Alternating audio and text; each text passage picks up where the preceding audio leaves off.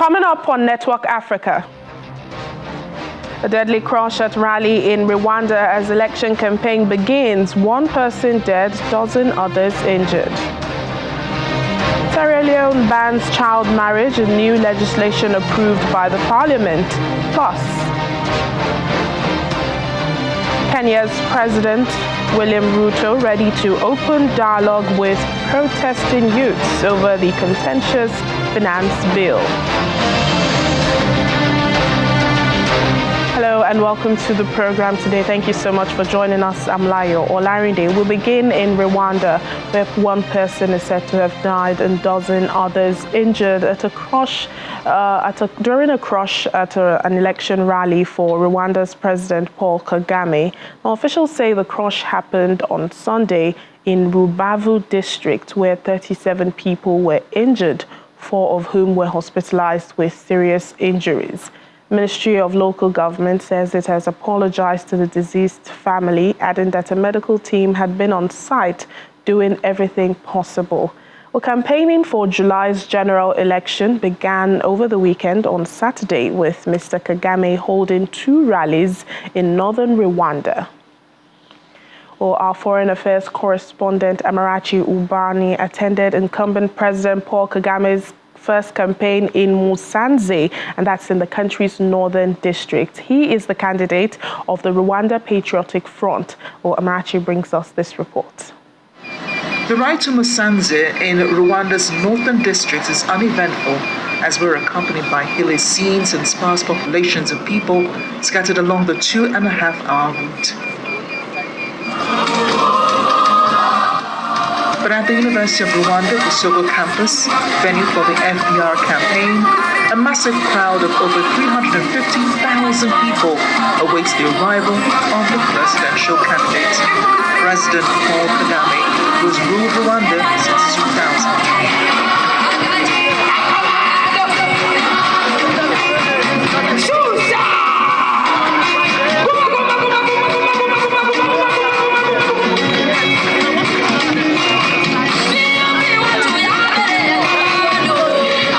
Even though the people are here for their candidate, it takes some convincing to get them to speak with the camera. When you look just 20 years ago, where this nation was, the kind of opportunities that were available to us, and what is available right now, I give thanks to what His Excellency has done. And so for me, this is an opportunity to celebrate him. We are all Rwandans in one country. We thank God for him. We pray for his long life. We pray a lot, morning, lunch, evening. We want Kagame forever. The atmosphere changes when President Kagame enters the campaign grounds, surrounded by almost a dozen security operatives. The crowds go wild as he goes around greeting supporters.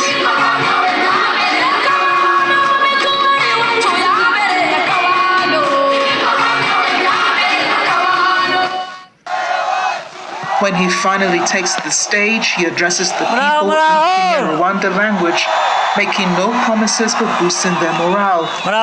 He reminds them that the real power lies in their hands. It is the people who determine what democracy means to them, he says, and no one else. He also says the West makes so much noise about democracy, but no one decides for them. So Rwandans should be allowed to decide for themselves. He tells them the worst is behind them, referring to the genocide. Looking ahead, he says, it's time for development. Then he encourages them to show their love by coming out to vote. Mbashimire rero. Kano n'ibindi. Murakoze cyane, cyane cyane. Kabano wacu turabashimiye cyane ku butumwa muduhaye. Yongera kudushimangirira ko twahisemo neza. Shortly after he finishes his speech, the campaign is over, but commandants are not eager to leave the campaign grounds. From Musanze, a district in the northern part of Rwanda, Amarachi Ubani, Channels Television News.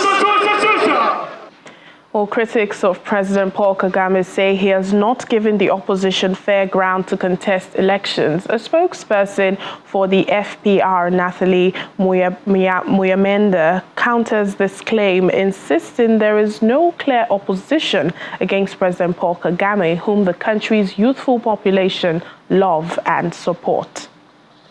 Every time they talk about opposition, it's important for you to go and ask, what is their platform? What would people be voting for? A lot of the times you find that it's based on politics around tribe and ethnic groups, things that young people, specifically who are under 30, don't know anything about. So we don't want to go backwards, we want to go frontwards.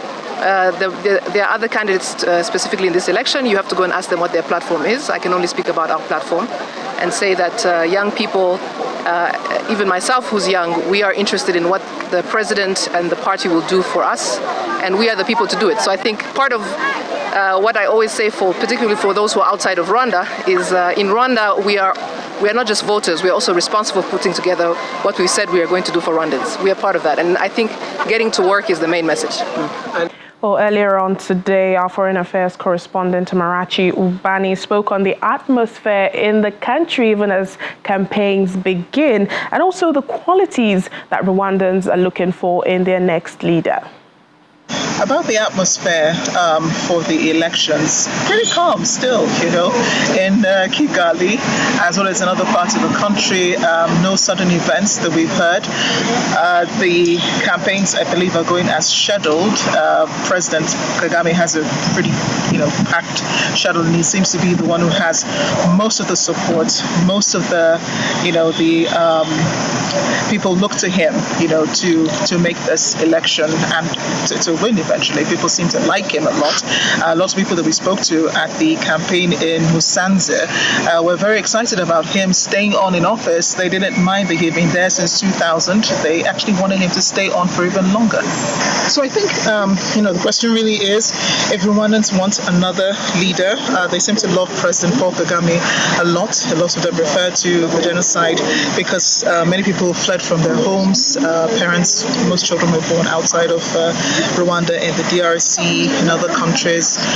They finally got a chance to return to Rwanda after the genocide, so they really thank him for that. They also look at the developments in the country.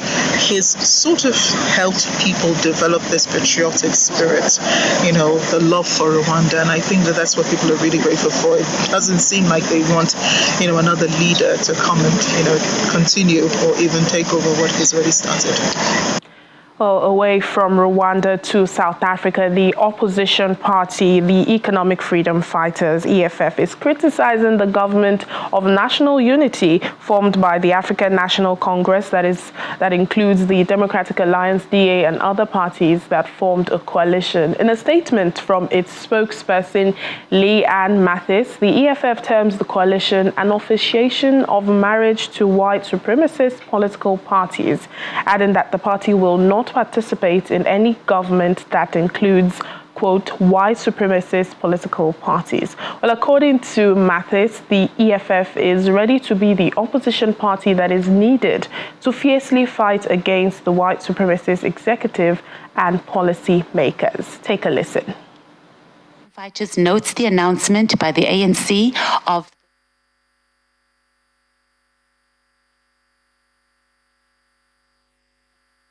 To apologize for that loss of audio. Moving on to Malawi, a top comedian turned politician, Michael Usi, is now Malawi's vice president after he was sworn in at a ceremony that held in parliament in the capital, Lilongwe. The 55-year-old replaces Saulos Chilima, who died in a plane crash earlier this month, along with 8 other people.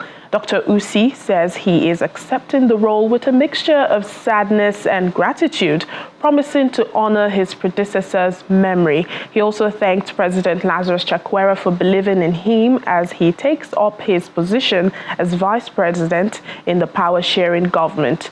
Now, while some Malawians are skeptical that the new vice president will take the job seriously, others, however, have praised President Chakwera for appointing Chilima's party deputy and honoring the spirit of alliance between the two parties.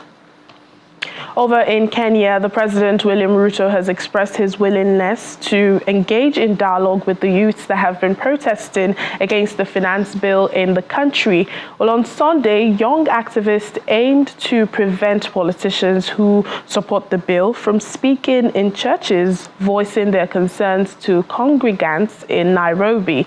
Meanwhile, in Nyahururu, that's around 200 kilometers north of Nairobi, President Ruto attended a Sunday service and he addressed the protest for the first time, stating that he would like to dialogue with the youths to be able to identify the issues and work together as a nation. Well, thousands of people have been demonstrating nationwide, demanding the repeal of the public finance bill, which introduces new taxes. According to human rights organizations, 2 young protesters died during the recent protests, and at least 200 were injured in last week's march. Well, protesters have called for new mobilizations to hold on Tuesday and Thursday next week. Sierra Leone's parliament has approved a law banning child marriage in a development lauded by activists as a major win for children's rights. The law criminalizes marrying girls under 18 years of age. It also prescribes jail terms for up to 15 years for offenders. According to UNICEF, that's the UN Children's Agency, 1/3 of all girls are married before their 18th birthday in the West African country. The country is home to 800,000 child brides, 400,000 of whom were married before the age of 15. Often due to poverty, many girls in the country fail to stay in school. They are then married off by their families in a bid to improve their financial situations or to pay off debts. Well, Zambia is on the front lines of a climate emergency, experiencing frequent droughts, floods, and heat waves. The country is currently in the grips of the driest agricultural season in more than 40 years. Crops have been wiped out, livestock have died, and poverty and food insecurity are deepening. Around 9.8 million people in 84 of Zambia's 166 districts are affected, and 6.6 million people in the country need immediate humanitarian assistance. The climate emergency is not gender neutral, and the most vulnerable women and girls who have contributed the least to the crisis are the most impacted. Zambia is no exception. Today we are at Hakunkula village in Monze, Southern Province.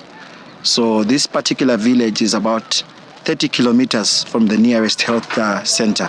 So we are conducting a health outreach activity today, supported by UNFPA, towards the drought response that is currently ongoing across the country. In the drought-affected provinces of Southern, Western, and Lusaka, acute malnutrition is high among pregnant and breastfeeding women. It's expected to worsen as the lean season begins next month. When food is scarce, women often eat last and least, sacrificing their own needs to feed their children. This situation poses an incredible risk to the health of mothers and their children in a country that already has one of the highest rates of malnutrition and stunting in sub-Saharan Africa. In times of a crisis and in times of a drought like this, the health of women and girls, especially sexual and reproductive health, is not prioritized. Women may not prioritize going to the health facility in terms of a crisis of a drought like this, but instead would prioritize looking for food. So this has the possibility of impacting their health. So UNFPA is supporting Ministry of Health to conduct the mobile clinics, the health outreach activities, so that they can provide these services to women and girls, especially in this situation. Risks of gender-based violence, sexual exploitation and abuse have all increased. Families are also resorting to desperate measures as they struggle to put food on the table. Girls are reported to be dropping out of school and being forcibly married. Zambia has some of the world's highest rates of children marriage, with close to a third of Zambian girls married off before the age of 18. They don't have food. As a result, teenagers, they end up in they become vulnerable. So they engage themselves in sexual activities. So when we talk about HIV, even HIV rate, it's quite high in adolescents because they engage themselves to these fishermen because they want help, they are vulnerable. UNFPA is appealing for $5.4 million to support this work. Immediate flexible funding is urgently needed to meet the needs of the most vulnerable women and girls. Monze has about 43 health facilities. So in all those health facilities, currently UNFPA is providing support for mobile clinics such as this to be undertaken at least once every month for the coming 3 months.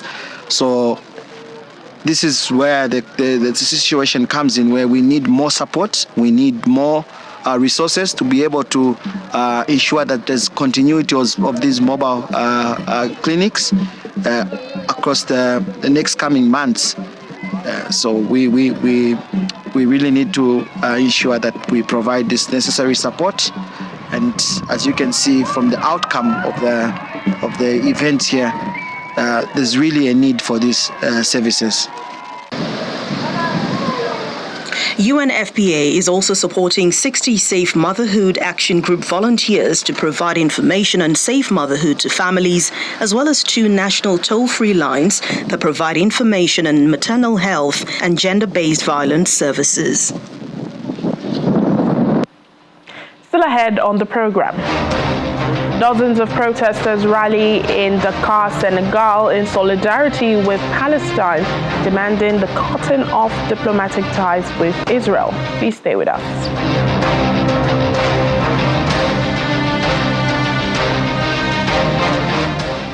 Thank you for staying with us on the program. Niger has inaugurated 3 newly discovered oil blocks in Agadem. According to Prime Minister Ali Zain, it is a moment of great national pride, paving the way for the development of Niger's expertise in oil exploration and production. Along with officials from the national oil company, Sonidep, the Prime Minister inspected a manifold in the area and unveiling a commemorative plaque to mark the inauguration. According to local authorities, 38 of the region's 43 oil wells will soon be exploitable and will be explored by Sonidep. In the meantime, the ruling junta has confirmed that rebels damaged an oil pipeline carrying crude oil to neighboring Benin Republic. The Patriotic Liberation Front, which is fighting for the release of former President Mohamed Bazoum, who was overthrown in a coup last July, said it was behind the attack last week. It has threatened to target oil installations and called on the Chinese companies that run the pipeline to end their support for the military regime. It's the latest setback to hit the newly opened 2,000-kilometer pipeline as relations between Niger and Benin Republic continue to sour. In Senegal, dozens of protesters rallied in Dakar on Sunday in solidarity with Palestine and to demand a severance of diplomatic ties with Israel. 19 Senegalese civil society organizations, dubbed the War in Gaza Coalition, have reportedly sent a letter to the country's president to call for a severance of diplomatic relations with Israel in light of the ongoing conflict in Gaza. The Senegalese Prime Minister Ousmane Sonko has publicly expressed his support on the issue, urging President Bassirou Diomaye Faye to join South Africa and other countries in defending Gaza. Netanyahu criminel! Netanyahu criminel! Macron criminel!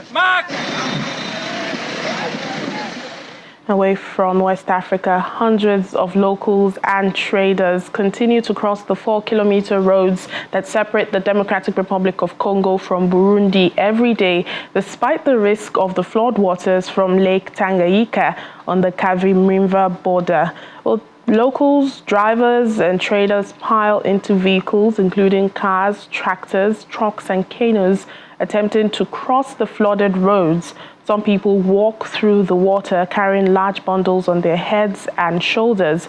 The locals say they have no choice because they make their daily bread from cross-border trade.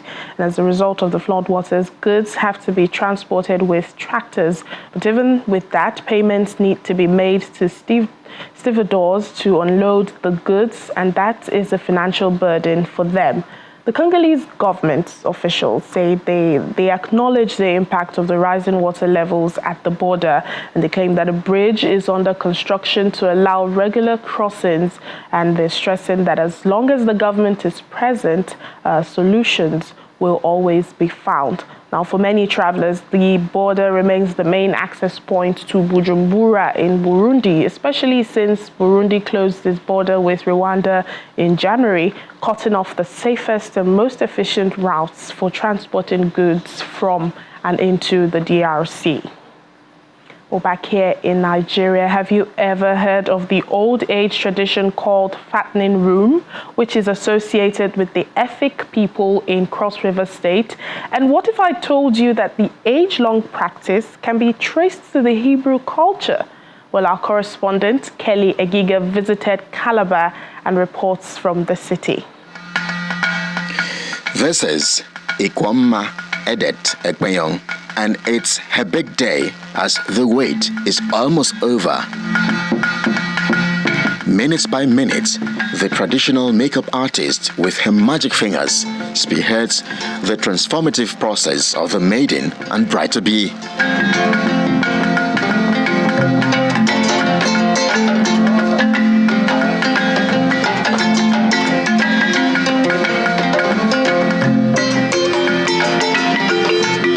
In this part of the world, traditional rulers are pivotal to such engagement, and so we visit the palace of the village head of Ikodekaidem in Calabar Municipality, His Royal Highness Reverend Dr. Efiomita Eyo Efiom Ogogo.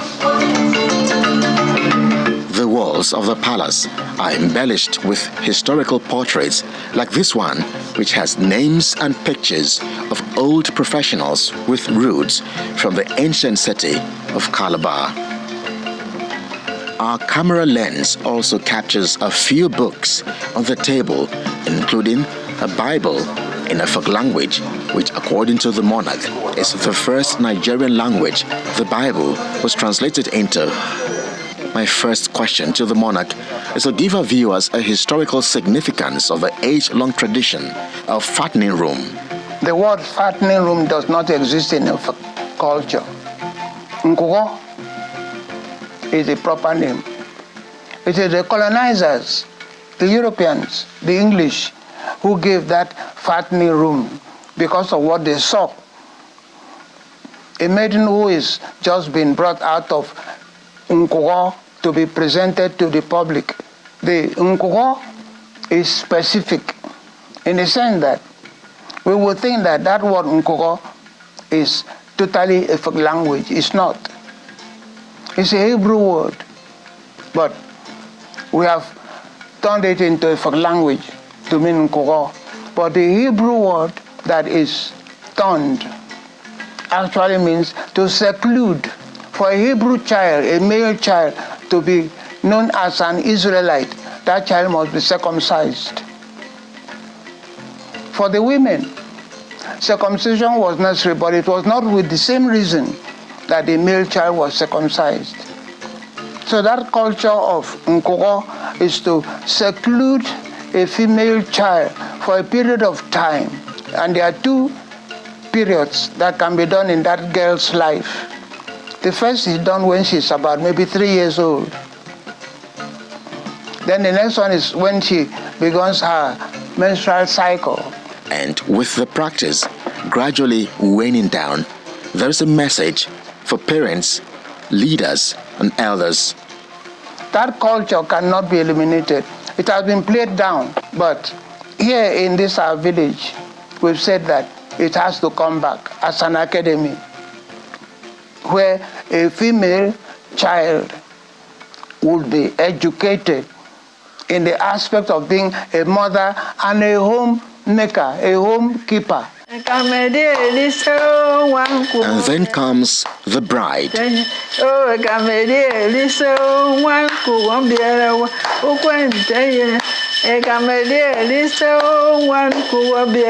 Thereafter, Princess Chief Ukpa Duke, a former broadcaster with the Nigerian Television Authority, explains the significance of the costume and makeup. She's wearing the crown here Etenga, we call it Etenga. Okay. This is long because she's the first daughter. We call it Adiara in our language. So it has to be long.